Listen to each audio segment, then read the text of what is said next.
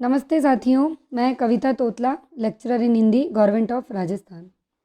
RPSC first grade, RPSC second grade, KVS, PGT, NVS, PGT, D triple SB, जितने भी students Hindi subject से अगर तैयारी कर रहे हैं तो मेरे चैनल पे आपका हार्दिक स्वागत है। आप मुझसे जुड़ सकते हैं और हिंदी की तैयारी कर सकते हैं। इसी तैयारी की श्रृंखला में सबसे पहले मैंने हिंदी साहित्य का इतिहास लिया है, जो कि सभी एग्ज़ाम्स के दृष्टिकोण से बहुत ही महत्वपूर्ण है। हिंदी साहित्य के 6 पार्ट में करा चुकी हूँ और आज ये मेरा 7वां पार्ट है। आप मेरे चैनल की प्लेलिस्ट में जाकर और इसके बारे में देख सकते हैं। जो भी वीडियो मैं यहाँ पढ़ाती हूँ, इस वीडियो की जो पीडीएफ है, जो ये मेरे नोट्स है, ये पीडीएफ मेरे टेलीग्राम चैनल पे आपको मिल जाएगा। तो यहाँ से आप समझ लीजिए और वहाँ जाकर आप उसे उतार लीजिए, नोट्स बना लीजिए। आपकी तैयारी में ये रामबाण का काम करेंगे। दूसरी चीज़ ये कि मेरे चैनल की प्लेलिस्ट में मैंने फर्स्ट ग्रेड और सेकंड ग्रेड से रिगार्डिंग वीडियो पोस्ट किए हैं कि कौन सी बुक आपके लिए बेटर है, कितने प्रश्न कहाँ से आएंगे, कितना अंक भार रहेगा, किस तरीके से आपको तैयारी करनी चाहिए, कैसे आपको आपके जीके को और आपके सब्जेक्ट को स्ट्रॉन्ग बनाना है।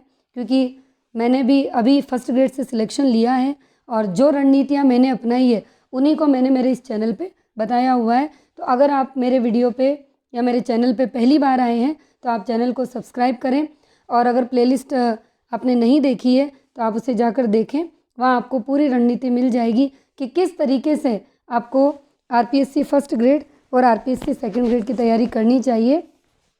और पिछले वीडियो में मैंने हिंदी साहित्य के इतिहास की श्रृंखला में जो मेरा 6ठा पार्ट था उसमें रासो साहित्य के बारे में बताया था। आज मैं उसका 7वां भाग लेकर आई हूँ, आदिकाल का लौकिक साहित्य। पहला बिंदु है, आदिकाल की प्रधान प्रवृत्ति वीर गाथाओं का निरूपण है, जिसे आधार बनाकर शुक्ल जी ने इस कालखंड को वीर गाथा काल नाम दे दिया। जिन रचनाओं में वीर गाथाएं नहीं थी उन्हें शुक्ल जी ने आदिकाल के चौथे अंतिम प्रकरण फुटकल रचनाओं में स्थान दिया। नेक्स्ट बिंदु है, इस प्रकरण में, कौन से प्रकरण में? फुटकल रचनाओं में आचार्य शुक्ल ने 2 कवि विद्यापति और अमीर खुसरो का वर्णन किया और नगेंद्र ने आदिकाल की इस धारा को लौकिक साहित्य नाम दिया। यानी रामचंद्र शुक्ल जिसे फुटकल कहते हैं, नगेंद्र उसे कहते हैं लौकिक। और हम ये जो पढ़ रहे हैं, शुरू से पिछले वीडियो में हमने देखा कि नगेंद्र ने ही आदिकाल की प्रवृत्तियों को 6 भागों में बांटा: सिद्ध, नाथ, जैन, रासो और लौकिक। तो सिद्ध, नाथ, जैन, रासो हम पढ़ चुके, ये लौकिक है। अगला बिंदु है, इस धारा में उन रचनाओं को स्थान दिया जो लौकिक विषय, प्रेम, श्रृंगार और मनोरंजन को आधार बनाकर लिखी गई। लौकिक साहित्य प्रकरण के अंतर्गत 5 रचनाएं आती है। कौन कौन सी? ढोला मारूरा दुहा, बसंत विलास, जयचंद प्रकाश, जय मयंक जस चंद्रिका, खुसरो की पहेलियाँ। अगला बिंदु है, अब हमने पिछले वीडियो में देखा था कि जो आचार्य रामचंद्र शुक्ल थे, इन्होंने 2 कृतियों को देश भाषा माना। किस किस को? शुक्ल जी ने जयचंद प्रकाश और जय मयंक जस चंद्रिका को देश भाषा काव्य की श्रेणी में रखा था। अगला बिंदु है, अब देखिए यहाँ से हमारे आदिकाल के लौकिक साहित्य में जो रचनाएं आती है उन रचनाओं की जानकारी है। हर एक रचना है और उसकी डिटेल है कि वो रचना कौन सी शताब्दी में लिखी गई, कौन उसका कवि है, उसके अंदर किसका वर्णन है, उससे संबंधित पात्र कौन कौन से हैं। तो पहली रचना आती है हमारी ढोला मारूरा दुहा। ये 11वीं शताब्दी की है और मूल रचयिता है कल्लोल और लिपिबद्ध करता है कुशल लाभ। देखिए, कुशल लाभ और कल्लोल एक ही है। और इस जो ये ग्रंथ है, इसकी भाषा अगर हमसे पूछी जाए तो क्या होगी? राजस्थानी। अगला है, नरवर देश के राजकुमार डोला और पुगल की राजकुमारी मारवणी का प्रेम विवाह वर्णित है। आरपीएससी सेकंड ग्रेड में 2018 में जो हुआ था उसमें पूछा गया कि इस डोला और इस मारवणी की आयु क्या थी। तो ये मैंने यहाँ लिखा है 3 वर्ष और 1.5 वर्ष। ये प्रश्न उस वक्त मुझे भी समझ नहीं आया, लेकिन उसके बाद ढूंढा कहीं पे, तो फिर इनकी आयु को ढूंढ के और मैंने इन नोट्स में लिख दिया कि आगे किसी एग्ज़ाम में काम आएगा। अब आपको ये याद रखना है कि ये मारवणी है। ध्यान रखिएगा, मारवड़ी और मारवणी बहुत अंतर है। तो हमेशा एग्ज़ाम के वक्त अगर आपको प्रश्न का उत्तर आता है तो फूल के कुप्पा नहीं होना है। शांति से प्रश्न पढ़ के शांति से चारों ऑप्शन पढ़ने हैं। कभी कभी हम बहुत खुश हो जाते हैं, अरे वाह ये तो मुझे आता है, और मारवणी को मारवड़ी लिख ले मतलब देख लेते हैं और वहाँ पे टिक करके आ जाते हैं। तो लास्ट तक के अक्षर को बहुत ही ध्यान से पढ़ें, उसके बाद ही टिक करें। अगला है, नगेंद्र ने इस लोक प्रसिद्ध प्रेम गाथा को आदिकालीन श्रृंगार काव्य परंपरा की एक महत्वपूर्ण कड़ी माना है। किसको? ढोला मारूरा दुहा को आदिकालीन श्रृंगार काव्य परंपरा की महत्वपूर्ण कड़ी कौन मानते हैं? नगेंद्र मानते हैं। इसी श्रृंखला में दूसरी रचना आती है आदिकाल के लौकिक साहित्य में। याद रखिएगा, परीक्षा में इस तरह से भी आता है कि लौकिक साहित्य के ग्रंथ कौन कौन से हैं, तो आपको अपने मुख पर याद होने चाहिए। दूसरी बात, ये जो लाइन्स है, एक एक लाइन बिल्कुल याद होनी चाहिए, क्योंकि आजकल फैक्ट कम आते हैं, अप्लाइड बेस्ड प्रश्न ज़्यादा आते हैं, और वहाँ ऐसा आएगा सत्य असत्य कथन। तो अगर आपको 4 लाइनें 5 लाइनें जितनी भी है याद है, तो आप सत्य और असत्य को आसानी से ढूंढ लेंगे। जयचंद प्रकाश, जय मयंक, जस चंद्रिका, दोनों अप्राप्य रचनाएं हैं। दोनों में ही कन्नौज नरेश जयचंद की वीरता का वर्णन है। दोनों का ही नामोल्लेख कहाँ मिलता है? दयाल दास ने लिखा है राठौड़ारी ख्यात, उसमें मिलता है। किसकी रचना हम पहले भी देख चुके हैं कि जयचंद प्रकाश लिखा है भट्ट केदार ने, और जय मयंक जस चंद्रिका लिखा है मधुकर कवि ने। और मैंने आपको इसकी शॉर्ट ट्रिक बनाई थी, इसका मैं और इसका मैं, इन दोनों को मिला लो, तो जहाँ जय मयंक आ रहा है वो मधुकर कवि ने लिखा। तीसरी आती है बसंत विलास, इसके रचयिता अज्ञात। अब आप ये मत समझिएगा कि रचयिता का नाम अज्ञात है, अज्ञात का मतलब राइटर का पता ही नहीं है। क्या है इसमें? स्त्रियों पर बसंत का प्रभाव कैसे है, क्या है? ये 84 दोहों में लिखा गया। प्रकाशन कब हुआ? 1952 में। किसमें हुआ? हाजी मोहम्मद स्मारक ग्रंथमाला में। संपादक कौन थे? केशवलाल अरशाद राय ध्रुव थे। नेक्स्ट है, अब नगेंद्र क्या कहते हैं बसंत विलास के लिए? ध्यान दीजिएगा कि इस कृति में आदिकाल के जनजीवन का वह सरस पक्ष उभरता है जिसे आचार्य रामचंद्र शुक्ल शायद तलवारों की छनछनाहट के कारण सुन नहीं पाए थे। कितनी शानदार पंक्ति कही है बसंत विलास के लिए नगेंद्र ने। चौथा आता है अमीर खुसरो, बहुत ही इम्पोर्टेंट है, बहुत ज़्यादा एनवीएस में इससे प्रश्न पूछे गए हैं। जन्म 1255, कहाँ हुआ? उत्तर प्रदेश का जिला है एटा, एटा के पटियाली में। वास्तविक नाम अक्सर पूछा जाता है अबुल हसन यमीनुद्दीन खुसरो। गुरु कौन थे? निज़ामुद्दीन औलिया। एग्जाम की दृष्टि से बहुत ही इम्पोर्टेंट है। खड़ी बोली में सबसे पहले काव्य रचना करने का श्रेय अगर किसे दिया जाता है तो वो है अमीर खुसरो, इसीलिए इसे खड़ी बोली का पहला कवि भी कहा जाता है। और अमीर क्या थी? उपाधि। किसने दी थी? जलालुद्दीन खिलजी ने दी थी। नेक्स्ट है, दिल्ली पर 3 तो वंश और 11 सुल्तानों का शासन देखा, 7 की इन्होंने सेवा करी। किसने? अमीर खुसरो ने। तबला कव्वाली सितार का जनक कौन है? अमीर खुसरो। और खुद को क्या कहते थे? हिंद का तोता। रचनाओं की संख्या कितनी? 100, और वो अप्राप्य है, प्राप्त नहीं है इसमें से। खालिक बारी, मुकरियाँ, 2 सुकने, पहेलियाँ, नुआ सिपसर, मोस्ट इम्पोर्टेंट। खालिक बारी, मुकरियाँ, 2 सुकने, पहेलियाँ, नुआ सिपसर इनकी रचनाएं हैं। अगला आता है, अब ये रचनाएं हैं, क्या क्या है इसमें? तो खालिक बारी एक शब्दकोश है, अरबी फारसी तुर्की शब्दों के हिंदी अर्थ दिए हैं। नुआ सिपसर क्या है? भारतीय भाषाओं के विषय में विस्तार से वर्णन मिलता है। पहेलियाँ मनोरंजन की दृष्टि से, और अपने गुरु निज़ामुद्दीन औलिया की मृत्यु के समय ये कहाँ थे? दिल्ली में थे। और एग्जाम्स एनवीएस में पूछा गया प्रश्न कि जब ये दिल्ली से लौट कर आए तो गुरु की कब्र पर जाकर इन्होंने कौन से वाक्य कहे?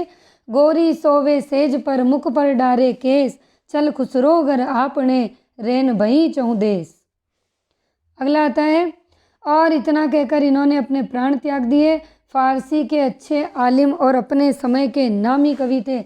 आलिम का मतलब होता है ग्रंथकार, ग्रंथ लिखने वाला। अब नगेंद्र इनके लिए एक बहुत ही शानदार लाइन कहते हैं कि जन जीवन के साथ घुल मिलकर काव्य रचना करने वालों में खुसरो का स्थान बहुत ही महत्वपूर्ण है। ये पंक्ति कही थी नगेंद्र ने। अगला आता है विद्यापति, वेरी वेरी इंपॉर्टेंट। जन्म कहाँ हुआ? बिहार के दरभंगा के विसपी गांव में। पिता का नाम था गणपति ठाकुर, संस्कृत के विद्वान थे। विद्यापति ने 3 भाषाओं में रचना करी, संस्कृत, अपभ्रंश, मैथिली। विद्यापति की रचनाओं की संख्या 14 है और डिवाइड कैसे किया? 11 संस्कृत, 2 अपभ्रंश, 1 मैथिली में।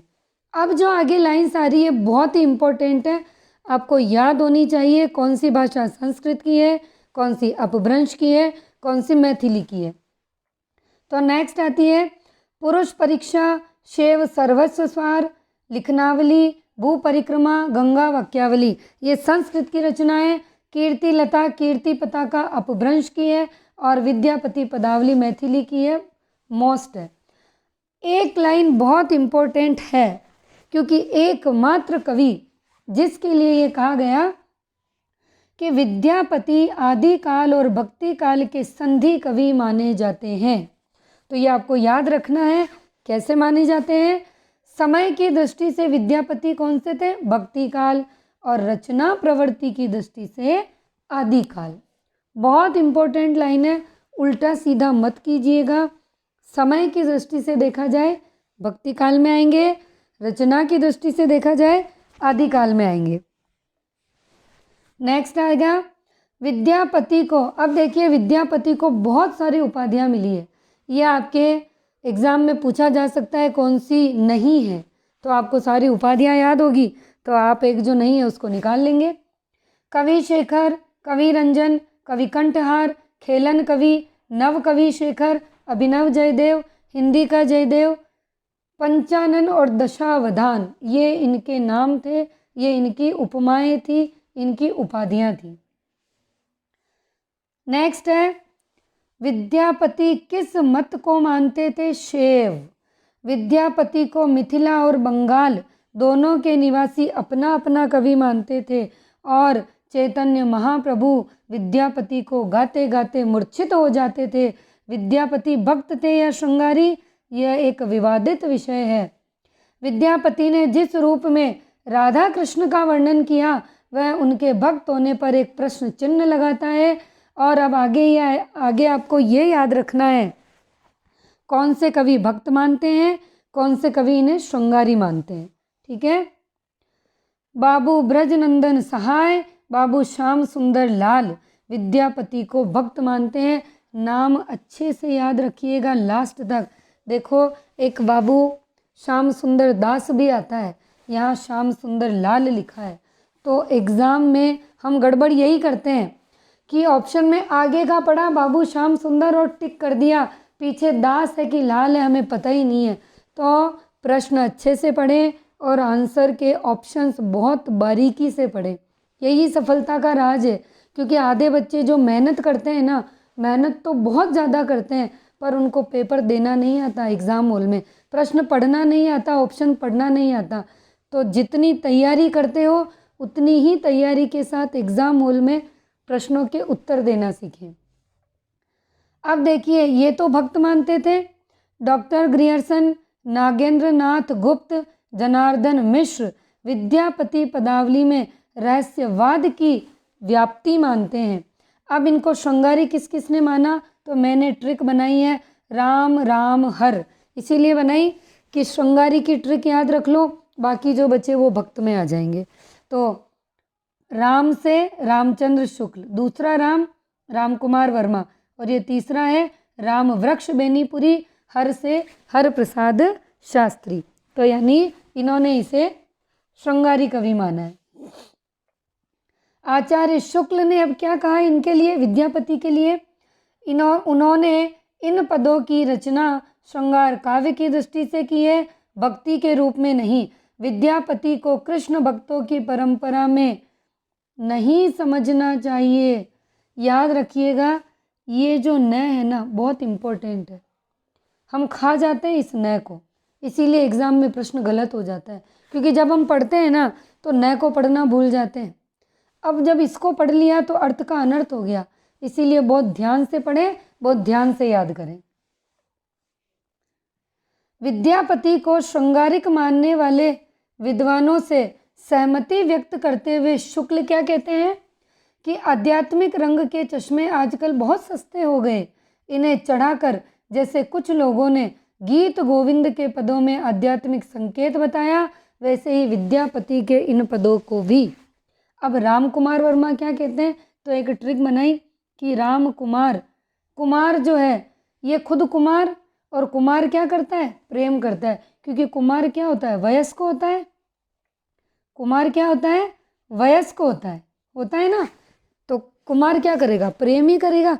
तो इन्होंने ऐसे ही इसी की भांति ये पंक्ति लिखी, इसीलिए मैंने ट्रिक बना दी कि कुमार प्रेम ही करता है।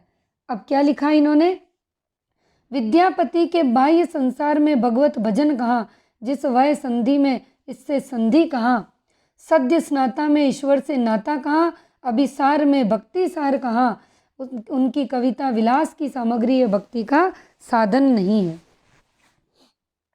आचार्य हजारी प्रसाद द्विवेदी ने विद्यापति को श्रृंगार रस का सिद्ध वाक कवि कहा। निराला ने विद्यापति के पदों को नागिन की लहर कहा। बच्चन ने विद्यापति को अपरूप का कवि और हिंदी का जातीय कवि कहा। देखिए, अगर हिंदी के जातीय कवि की बात आती है कि विद्यापति को हिंदी का जातीय कवि किसने कहा, बच्चन ने, लेकिन तुलसीदास को जातीय कवि किसने कहा, राम विलास शर्मा ने। दोनों में अंतर है।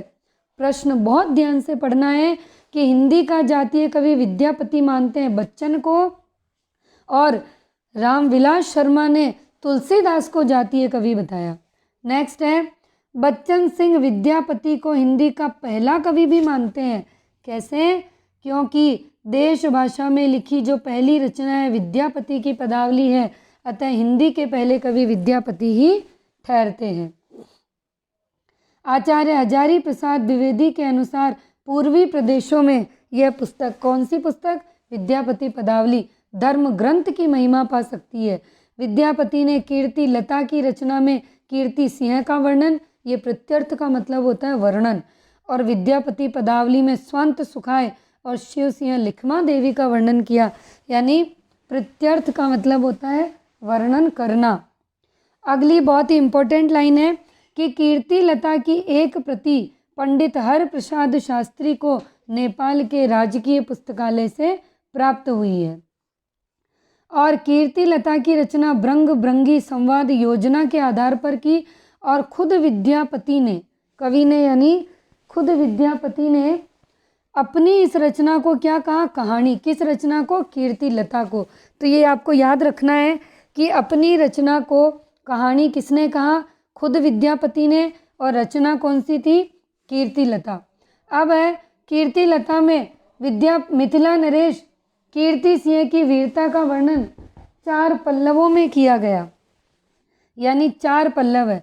कीर्ति लता को गद्य पद्य मिश्रित चंपू काव्य भी माना जाता है, बहुत इंपॉर्टेंट है।